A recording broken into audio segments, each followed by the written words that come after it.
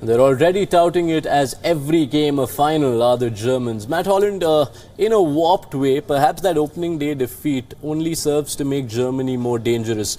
12 wins out of 15 in knockout games at all majors since 2006. And you know what they say about a wounded tiger, they're usually the most dangerous.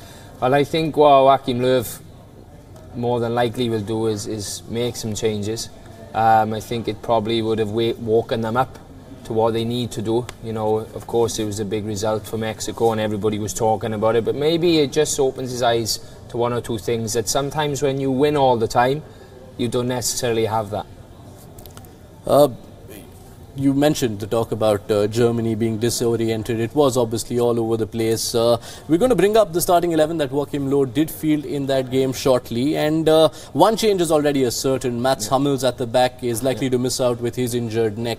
So one of Antonio Rudiger, Niklas Süle expected to come up. But as you go across the rest of the 11 that played, you had Plattenbrat on the left flank. There's talk of him changing. What else would you shake up, if at all?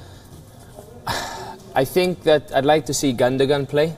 I think he's a top player. I mean, Khedira has been around for multiple years now, many tournaments. Toni Kroos I would never leave out. You know, he's an exceptional footballer and he'll always, I think, be the engine in that team. He'll step his game up, I think, for this one. So Gundogan and Kroos in midfield I'd like to see. And potentially Özil to come out. Özil to come out for Royce. Unfortunately, we'd all have to be seeing Leroy Sané on the left-hand side, but he's not here. So I think, you know, the one or two changes that will come in those positions. All right. If you look at the matchup between these two teams, the last two matches that these teams played, both during the 2014 World Cup qualifiers, yielded 16 goals. Germany winning the second 5-3 and the first was a 4-4 draw. But Sweden aren't a team which necessarily gives the world the kind of goals one wants to see. In their last 10 matches, 5 goals scored and 6 conceded. You expect them to come out there ready to frustrate Die Mannschaft? Well, I think if you look back on previous tournaments, you know, there's been 2 or 3 strikers that will be on the minds of many. Of course, Zlatan, Henrik Larsson, Marcus Hallback. They don't really have that now. You know, they have a centre forward in Berg.